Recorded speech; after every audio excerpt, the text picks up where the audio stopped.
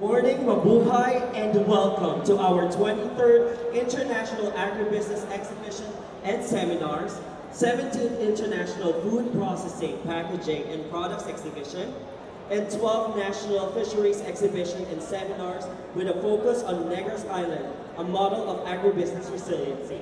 Once again, good morning, and I'll be your host, Stephen Stills. First and foremost, I would like to appreciate and acknowledge our honorable guests for today, starting with Ms. Evelyn Lavinia, Undersecretary for Agribusiness and High Value Crops, Department of Agriculture. Ms. Rosemary Gumera, Manager 3, Planning and Policy Department, Sugar Regulatory Administration. Senator Cynthia Villar, Vice Chair, Committee on Food and Agriculture, Senate of the Philippines. Honorable Luis Ferrer IV, Chairman, Committee on Agriculture and Fisheries Resources. Honorable Alfredo G. Marañon Jr., Governor, Province of Negros Occidental.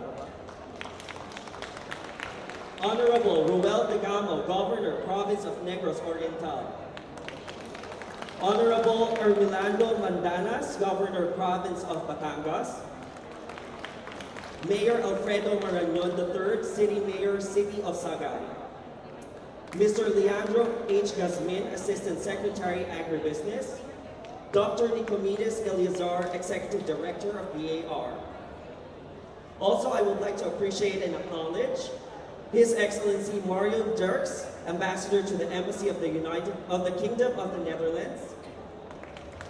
His Excellency Thierry Mathieu, Ambassador to the Embassy of France. His Excellency Martin Slaver, Ambassador to the Embassy of the Republic of South Africa. His Excellency Safdar Hayat, Ambassador to the Embassy of the Islamic Republic of Pakistan. His Excellency Kok Lee Peng, Ambassador, Embassy of Singapore. Mr. Everett Jan Krayenbrink, Agriculture Attaché, Netherlands, Embassy to Tokyo. Mr. Martin Soto, Commercial Attaché, Embassy of the Argentine Republic. Mr. Zhang Lin, Third Secretary, Embassy of China. Mr. Camilo Sanhueza, Charge d'Affaires, Embassy of Chile. Mr. Halil Oster, Commercial Counselor, Embassy of Turkey. Thank you so much. And with this, I would like to bless our day today. And may I please request everyone to please rise for the invocation to be led by Mr. Rosalino G. Perez, Director of the Foundation for Resource Linkage and Development, FRLD. Let us all bow our heads and place ourselves in the presence of the Lord. Almighty God, we come before you today to give you honor and praise. You are the source of all that is good. You are the source of all our blessings. We thank you for giving us a beautiful day today, that we may have the opportunity to come and gather together once again in this annual affair and share with each one all the novel ideas and development that may further improve each member. To all our guests from the government and the international community, exhibitors, sponsors, co-organizers, participants, and guests, may we all be blessed. Amidst the turbulence in today's life, let our faith be strengthened, our hope be renewed, and love be deepened, so that peace may reign in each one of us and among all of us. This we fervently pray. Amen. Thank you so much, Mr. Perez. May we remain standing for the singing of the national anthem of the Republic of the Philippines, to be led by the Department of Tourism Chorale.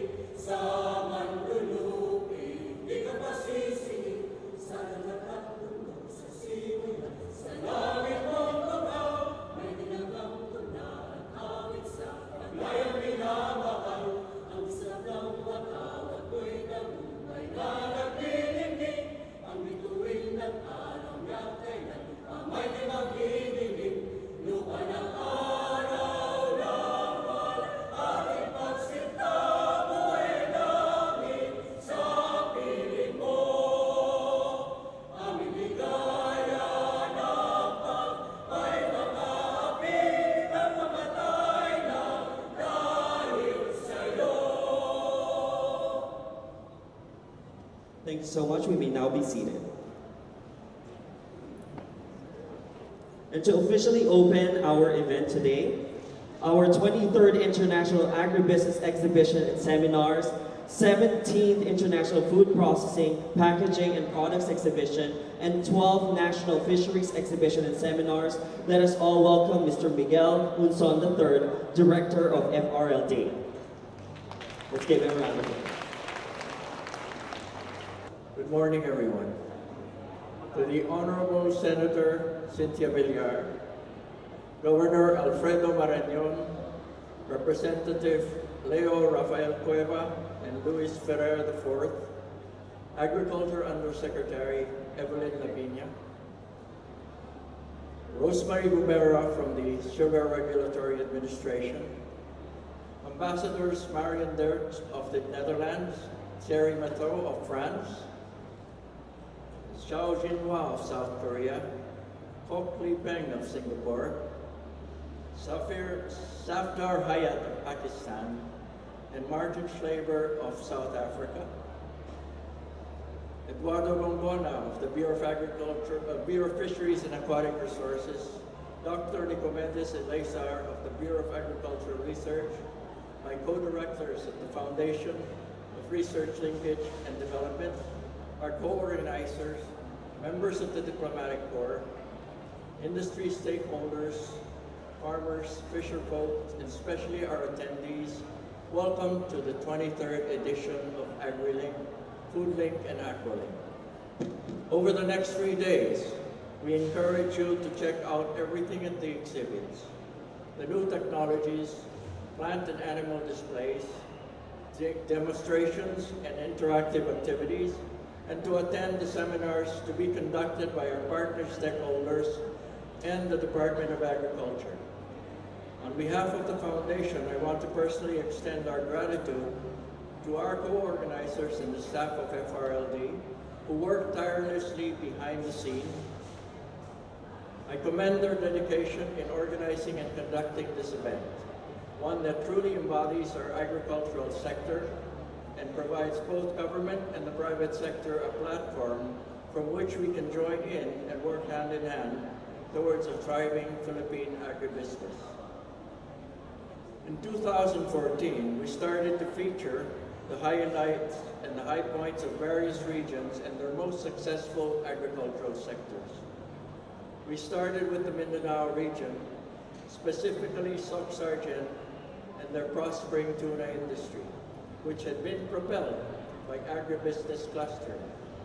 In 2015, the focus region was Luzon, particularly Region 2, and underlined the successes and growth of the corn industry through a regional agribusiness approach. This year, we turn our sights to the Visayas region and the recent merger of Negros Oriental and Negros Occidental. Through Executive Order 183, both provinces were unified into what we now formally call the Negros Island region. This merger has been 20 years in the making and is expected to benefit some 4.5 billion Negrenses in terms of making delivery of government services more efficient while opening up more opportunities for business and investment. What does this merger mean for the region's agriculture? Initially, it would mean simplifying certain things. For example, Negros Occidental farmers and fishermen had to go to Iloilo to get assistance from the Department of Agriculture, since the regional office for Western Visayas was in Iloilo. For Negros Oriental, it was Cebu. But this is only a beginning. There is tremendous potential that can be tapped through synergistic activities between both these provinces. They are, after all, physically connected. New agricultural technology and infrastructure can be implemented much faster and synchronized throughout the new region. Agritourism has already caught hold in both provinces. Organic agriculture is flourishing while aquaculture remains a very steady contributor to the region's economy. Sugar, the region's main product, is continually diversifying into a lucrative value-added product that serves the food, manufacturing, energy, hygiene and cosmetic, and pharmaceutical and animal nutrition sectors. In the face of many adversities, the NIR has remained resilient with crops such as sugarcane, coconut, banana, sweet potato, and cassava. Many gains have also been made in the agricultural sector in milkfish, tilapia, prawns, white shrimp, catfish, groupers, oysters, mussels, seaweeds, crabs, and tuna. The choice of Negros Island region as AgriLink's focus is a recognition of the island's foray into diverse agribusiness activities and how it is constantly expanding through creative partnerships with different related stakeholders, and at the same time improving production and trade capabilities as well as easing access to finance. Its integrated approach to sustain and strengthen the growth of their own localized enterprises in today's globalized markets makes it a model of resiliency and agricultural innovation. An example of this is Muscovado sugar. We would like to recognize the work of the Department of Agriculture on this front, which has been continuously working on projects aimed at enhancing the sector's collective competitiveness. Today, it has markets in the US, Japan, Italy, Switzerland, South Korea, Taiwan, France, and Germany. Last year, the Department of Agriculture and the Department of Trade and Industry co-organized the participation of the province of Negros in showcasing Muscovado and organic coffee in Cologne, Germany, in a bid to further expand their export markets. Given its export potential, the DA is developing business plans to establish Muscovado processing and packaging centers, to upgrade communal Muscovado mills, and to build farm-to-market roads, and to provide more access to finance, technical training, and market development assistance. Hopefully, the government can sustain implementation of these projects so that one day we can all enjoy the fruits of not just one thriving sector, but a prosperous agribusiness industry as a whole. We are all gathered here today to promote proactive and synergistic work of all concerned with the hope that we will realize the full potential of agribusiness. AgriLink serves as a special niche of activity in helping forge stronger alliances and partnerships to help every farmer, consumer, private sector, and the government. And once again, congratulations to the people that have put together this event. And I welcome you all to the 2016 AgriLink, FoodLink, and AgriLink. Thank you. Thank you so much, Mr. Runson, for that very uplifting message. And with this, to give us an overview of the focus crop sector, which is sugar industry, let us all welcome Manager 3, Planning and Policy Department, Sugar Regulatory Administration, or SRA, Ms. Rosemary Gumera. Honorable Senator Villar, Governor Marañon, and our Governor from Negros Oriental, distinguished guests, foreign dignitaries, participants to the various seminars, and those who wanted to witness the various exhibitions, good morning. First, I'd like to congratulate the organizers of this event for being able to gather the various exhibitions which may bring new and advanced technologies and market linkages to our various agriculture and fisheries products in the country. And on behalf of the Sugar Regulatory Administration, I would like to give our gratitude, to show our gratitude to the organizers of featuring Negros Island region being a model on agribusiness resiliency. Indeed, sugarcane is a very resilient crop. It stands among the agricultural crop in the areas devastated by the typhoon, the Haiyan, in 2012, and it stood up. It is the only crop which provides the much needed income for our farmers and workers in those areas like Leyte, Panay, and Cebu. The sugarcane industry is an important component of Philippine agriculture, and it is the lifeblood of the local economies which are producing sugarcane. It is composed of more than 700,000 workers, more than 65,000 farmers, of which 80% of them are small ones. They are cultivating 5 hectares and less of farms. So they are very small ones which do not have the financial capability to finance the farm operations in planting sugarcane. Thus, the evolving structure of the sugarcane industry called for more attention and support from the government to improve its competitiveness and maintain its sustainability. The sugarcane industry, in terms of economic contribution, contributed around 100 billion pesos due to the sales of sugar, bioethanol, and molasses. It also contributed around 8 billion pesos from the collection of value-added tax and income taxes from the production of those various products derived from sugarcane. It also provides around 340 million worth of socio-economic benefits annually to the workers of the sugarcane industry and their dependents.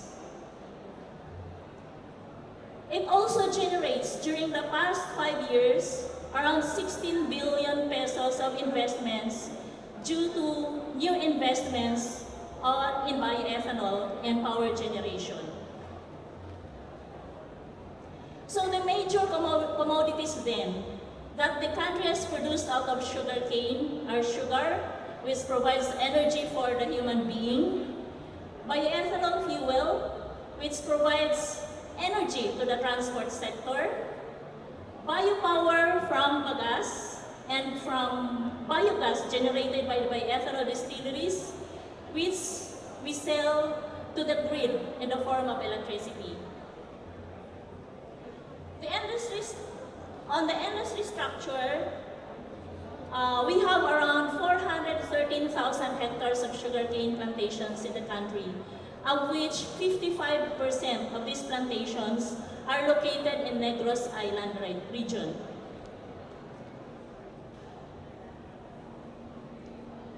The small farmers cultivating less than 5 hectares and less are the focus of the government program at this point in time. Their farm productivities are very low because they do not have enough financial capability to finance the farm operations.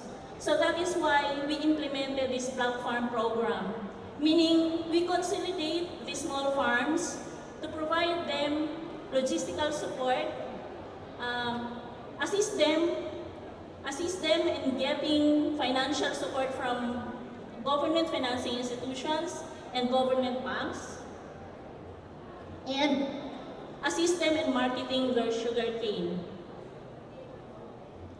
Sugarcane farming needs an investment of around 70,000 to 100,000 pesos per hectare, which means that the agricultural activity alone contributed to around 30 to 40 billion pesos annually in steering up the economy. In crop year 2015-2016, we have 27 sugar mills. 12 of these sugar mills are located in Negros Island region. We have 12 sugar refineries. 6 of them are located in the Negros Island region. We have 10 bioethanol fuel distilleries. 4 of them are located in Negros Island region. And we have 6 power generating sugar mills and bioethanol distilleries. 3 of them are located in Negros Island region. The sugar trading in the Philippines may seem complicated for those who are not familiar with the sugar kedan system. But then, this sugar kedan trading system made the industry very well coordinated in terms of marketing the sugar cane and the sugar. So a combination of stakeholder support, transparency in governance, and continuing consultation process have contributed to the smooth operations and flexibility of the entire sugarcane value chain in the country. In terms of regional production, 60% of our sugar is being produced in Negros Island region, 19% in Mindanao, 11% in Luzon, 7% in Panay, and 3% in Eastern Visayas. Based on the recent study conducted by the University of the Philippines School of Statistics, 70% of our sugar is being consumed by the industrial users. 25% is directly consumed by the households, and 5% by business establishments. So these are the restaurants, the hotels, the resorts. We also envision, under our Sugarcane Roadmap 2020, we envision the industry as a strategically diversified and fully integrated sugarcane industry. We envision the sugar mill and the bioethanol distilleries as the center or the nucleus of investment surrounded by agribusiness establishments like equipment fabricators, machine shops, fertilizer manufacturers, sugar-based food manufacturers, and other products that can be produced out of sugarcane and sugar, and these power generating facilities. This vision will put into reality the concept of inclusive growth within the sugarcane industry. What are the growth drivers of the sugarcane industry in the Philippines? First, the huge gap in farm yield. The huge gap between the current farm productivity of 55 tons cane per hectare compared to Thailand, which is around 75 tons cane per hectare, is the main driver for growth that attracts the tycoons, the big tycoons in the Philippines to invest in the sugarcane industry. The fragmentation of sugarcane farms due to land reform has also, sadly, it has dragged down the production and productivity of our small farms in the country. So, because of this realization, the Sugar Regulatory Administration, with the support of our mother agency, the Department of Agriculture, the Department of Agrarian Reform, and other collaborating government agencies, we prioritized to give support to this block farming program, which is composed of small farmers. We wanted to consolidate these farms and bring back these farms into economic sizes. The country's 27 operating sugar mills. So the second growth driver is the huge demand for sugarcane in the Philippines. Why? We have 27 sugar mills, but then the capacity utilization of these sugar mills is only 60% because we lack the necessary sugarcane to feed these sugar mills. We also have this bioethanol program. We have 10 bioethanol distilleries with a total capacity of 282 million liters, but then we were only able to produce around 32% of the mandated requirement because we have a mandate of 10% bioethanol blend in the Philippines. So this demand gap between the mandated and the local supply encourage and attract more investments in the country in terms of bioethanol production.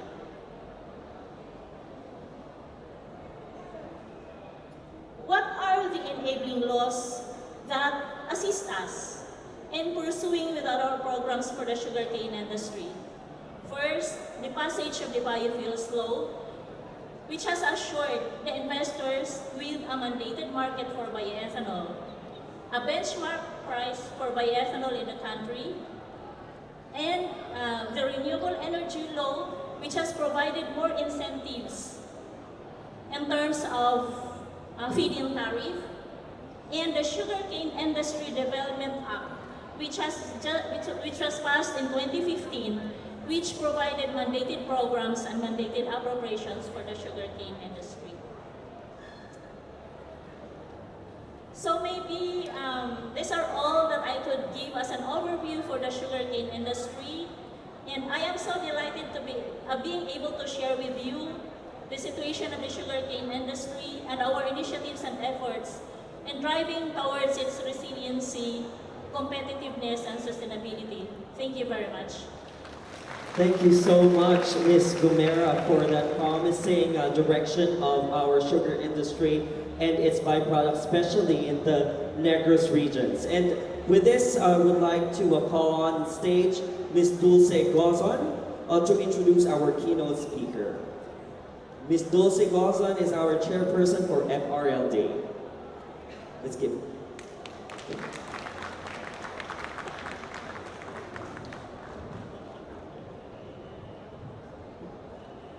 Good morning, everyone.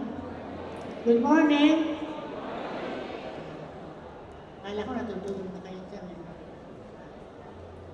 As I look over her bio data, I think God prepared Evelyn to become Undersecretary of Agriculture. From childhood in Balanga, Bataan, to her handling the management of the rice farm and fish ponds in Davao del Norte, they raised bangus and tiger prawns. She was one of the pioneers in catfish production in Davao. When they sold their fish pond, Evelyn grew mangoes and intercropped it with coffee and cacao. She is the founding treasurer of the Cacao Industry Development Association of Mindanao.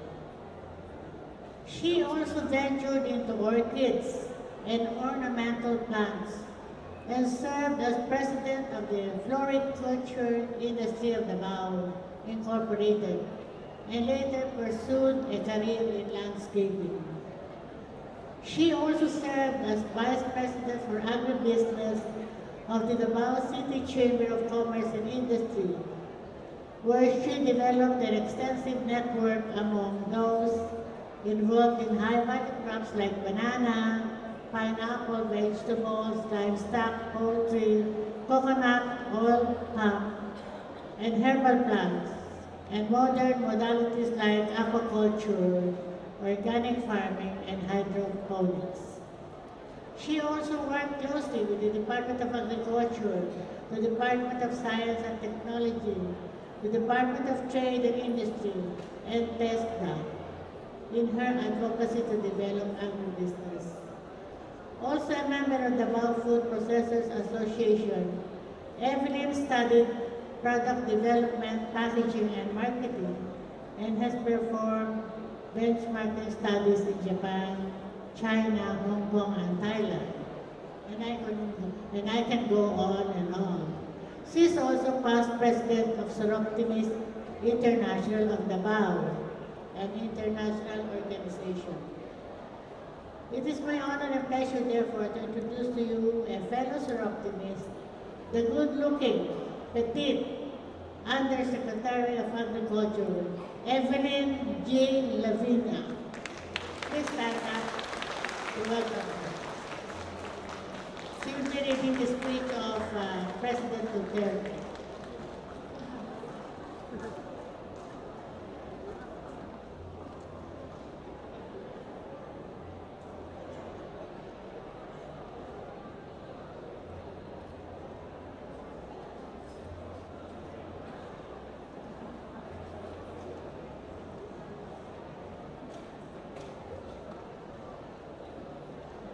Good morning, everyone. For this morning, I'll be reading the speech of our President, Rodrigo Duterte, which is fulfilling the promise of change in agriculture and the economy. Members of the Diplomatic Corps, special guests on the stage, from President of FRLD, President Antonio Roses, officers and members of FRLD, exhibitors, guests, participants, ladies and gentlemen. Good morning. Both our dear President Duterte and Secretary Piñol cannot make it to this event, but the latter requested me to represent the President. So please allow me to read the President's message. To the distinguished guests, officers, and members of the FRLD, and all those participating in AgriLink 2016, my apologies for not being able to join you in this year's AgriLink due to the exigencies of my new job. I thank all of you for giving us this yearly showcase of the Philippines' best agricultural products, processes, machineries, and its achievements. After more than 2 decades of linking up our farmers and fisher folks with processors, traders, and consumers, AgriLink has established itself as the biggest internationally recognized and most participated agribusiness exhibition in the country. As I near my 100th day in office, the more I realize the overwhelming magnitude of a president's work. And this is as true in my war against drug as it is in my war against poverty. That is why I truly appreciate the huge assistance that the private sectors group like FRLD provide us to spur the growth of agricultural production and trade through the agricultural trade fairs such as like AgriLink. Your theme this year, Negros Island, a model of agribusiness resiliency, falls in line with your new government's focus on grassroots-initiated, participatory, and inclusive development and growth. I must congratulate the people of the newly formed Negros Island region for the sturdiness of the 2 Negros province agriculture and industry through innovations and integrated focus on the chain of agribusiness activities. Indeed, the challenges facing our country today require utmost resiliency that can only be achieved by change and innovations in managing both public and private institutions. And as I have promised change with a big capital C, your government will deliver not one, but many changes in big bundles. Foremost in the change agenda is the government shift from unitary to federal form of government. Again, this underscores our desire to give our regions and local governments more power over their finance, development plans, and laws exclusive of their jurisdiction. Another priority is peace, and we have started peace negotiation with the CCP, the MNLF, the MILF, the Bangsamoro, and other armed political groups. But the most important is the economic agenda. Our Finance Secretary Dominguez and his team has come up with 10-point socio-economic agenda aimed at reducing the poverty rate from today's 26% to 17% of the population by 2022.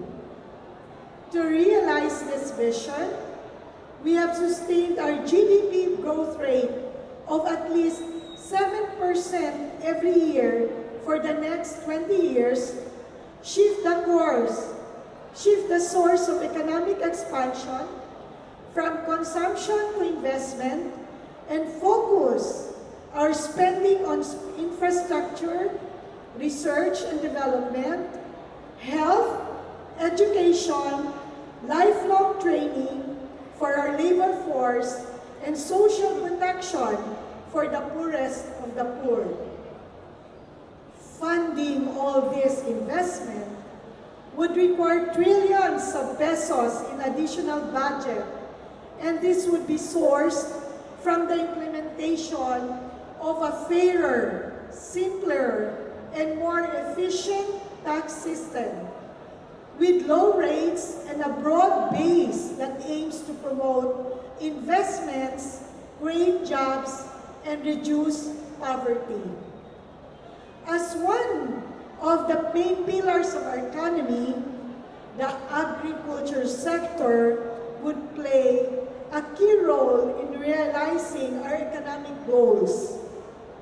The PSA has recently reported that from January to March this year, 2016, our agriculture sector declined by 4.4%, representing its fourth consecutive quarterly decline since the second quarter of 2015. What are we doing to arrest this decline?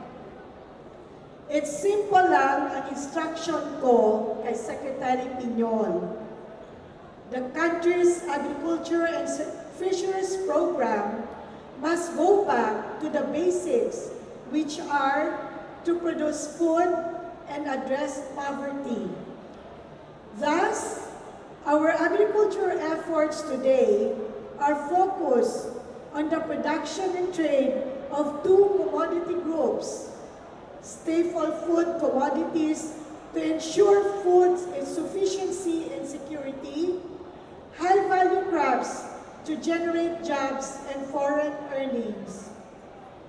Overall, we are now working on a national color-coded agriculture and fisheries map, a food consumption quantification study, a mass institutional restructuring for the DA, intensive technology updating, and agricultural credit review for lower interest rates. These are all aimed at forging a more forceful, comprehensive, efficient, and transparent management and delivery of our services to the farmers, especially to the smallholders. For rice, corn, and other staple food, we have agreed to aim for self-sufficiency. We will therefore intensify research efforts to improve farming technologies for rice and other commodities, including the use of high-yielding varieties, effective soil rehabilitation, and fertilizer program, and modern post-harvest facilities to minimize losses. We are now doing a thorough review of the country's water management and irrigation policies, as well as conducting nationwide soil analysis. I have promised to free our farmers from unnecessary and burdensome irrigation fees, and I will deliver that promise. For sustainable water resource, I support Secretary Piñol's effort to adopt solar irrigation technologies and link up with the Department of Environment for the preservation of our watersheds. For our high-value crops, such as coconut, banana, rubber, pineapple, and many more, processing, value-adding, and aggressive global marketing will be the key words. I also support DA's effort to involve urban communities and businesses and sustain vegetable production in the urban areas. To cap it all, I have issued clear instructions to Secretary Piñol to get rid of corruption in the Department of Agriculture and maintain it corruption-free throughout my term. This would include the DA linking up with the Bureau of the Customs and other relevant agencies to once and for all stop and never allow ever again the smuggling of rice, meat products, and other agricultural products like onion, garlic, and ginger. At the core of all this effort is the sincere desire of your President to bring about genuine reforms and real change that would uplift our life as farmers, producers, entrepreneurs, consumers, and citizens. At lahat pong ito'y patunay na hindi lamang drugs ang alam ng inyong Pangulo. Kumikilos din po kami para mapalago ang ekonomiya at agrikultura at maging kapaki-pakinabang ito sa lahat, lalo na sa mga mahihirap. Knowing all these policies and programs are best developed and implemented and monitored with a strong and active participation of the private sector. I thank the FRLD for persevering in its partnership with the DA, particularly for mounting the AgriLink each year. I hope that this message I have shared with you today will further strengthen, inspire our cooperation to spur the growth of our agriculture sector and the country's whole economy in the next 6 years of my presidency. Mabuhay ang AgriLink, mabuhay ang ating magsasaka at mangingisda. Maraming salamat po. This ends the President's speech. Magandang umaga.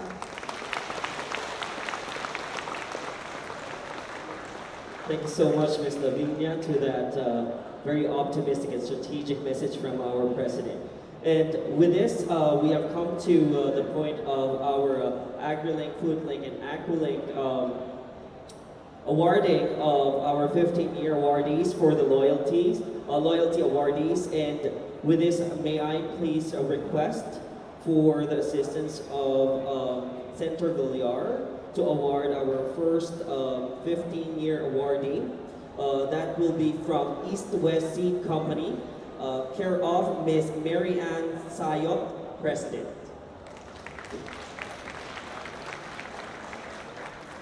From Philippine Rice Research Institute, or PhilRice, let us all welcome Ms. Miriam Lawayan, Division Head of Development Communication, Philippine Rice Research Institute.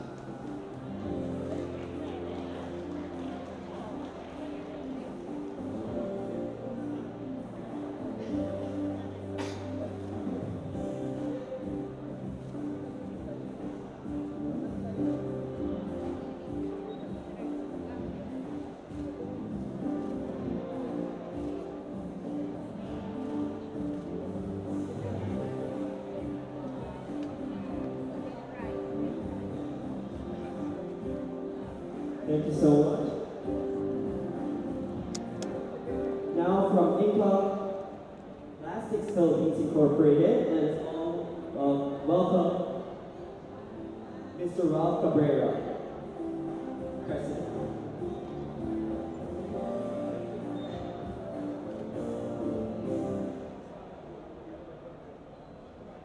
Mr. Ralph Cabrera.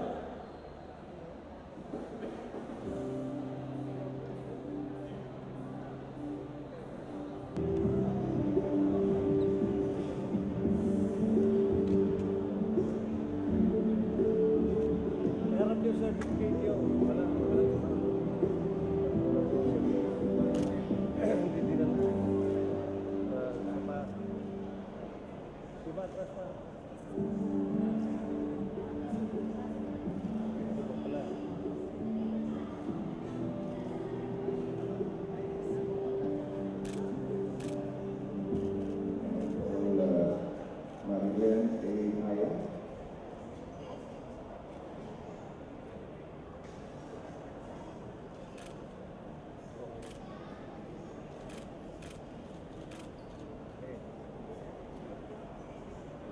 Nego Charito Lacinto.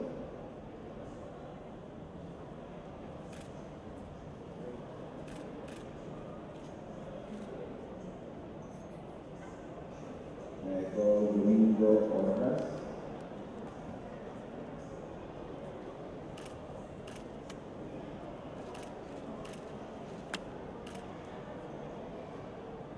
Nego Merlin Quiriñano.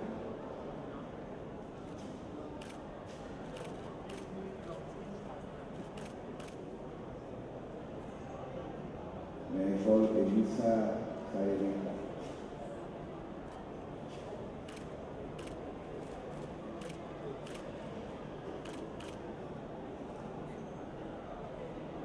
Nicole Analisa Sudal.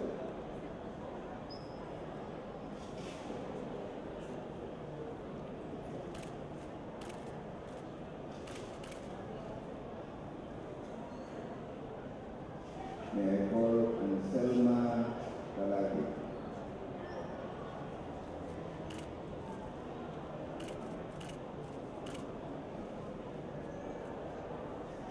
Nicole Eden Pipanero.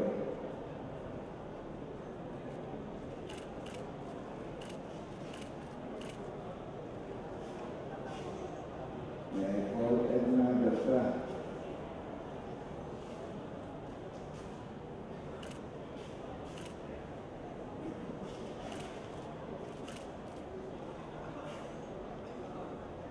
Nicole Amalia Clarianes.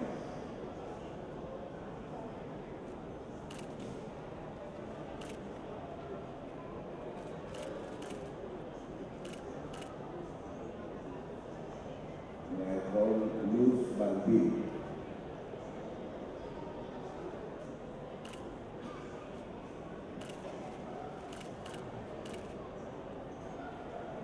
Nicole Adelfa Senada.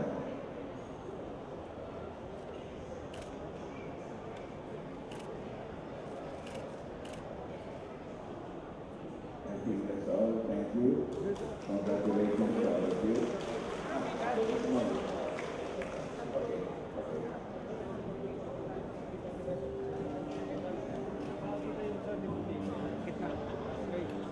All right, the certification that, and the recognition that we just heard and has been awarded, and that will be to certify the participation given to the awardees in front to the participant of Enterprise Hatchery 2016 for the business plan given this 5th of October 2016 during the mentoring and coaching session at Icon Hotel, Quezon City.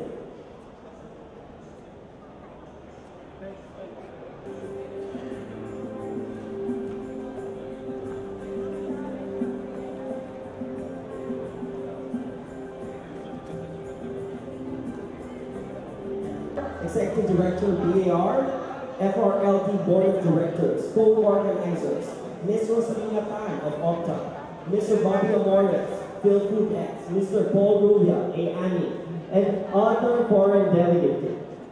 delegates. So with this, let us proceed with the ribbon cutting ceremonies and proceed to the tour of our exhibit. Thank you.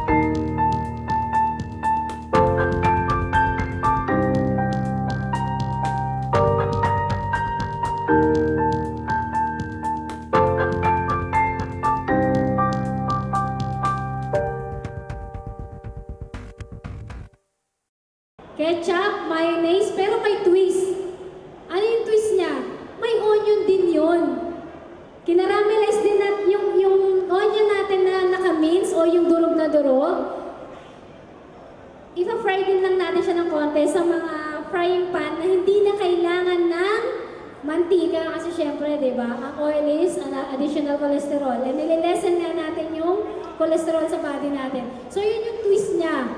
Sino na nakatikim ng beef? Yung pula? Puti, yung puti. Sino nakatikim ng puti? Yes, ma'am. Ano yung nalasahan nila sa puti? Pwede pong punta sa mic para marinig naman nila. No, wala po yung sugar kasi nililesen natin yung mga gano'n. Kasi healthy food tayo dito, healthy living tayo dito. Wala siyang sugar. So, sige ma'am, may konti pa. Pag nahulaan mo. Lemon. Slide? Slide. Yes, ma'am. Kasi iniiwasan natin yung cholesterol eh. So, meron tayong mayo. White pepper. White pepper. Sige ma'am, kaya mo yan. Opo. Kasi may twist, di ba? Hindi lang siya mayo eh. Although, ang pinaka-twist natin doon is yung minced onion. Yung pinaka-twist. Onion powder. Hindi po. At the same time, nilagyan ko lang ng konting sour cream. Age 17. Pwede kayong pumunta doon, bisitahin ninyo, okay? Kasi marami na ako ng telephone number o at anong pa. You can go to age 17. At meron din kami sa Facebook. Meron dito sa meron din telephone dito. Thank you.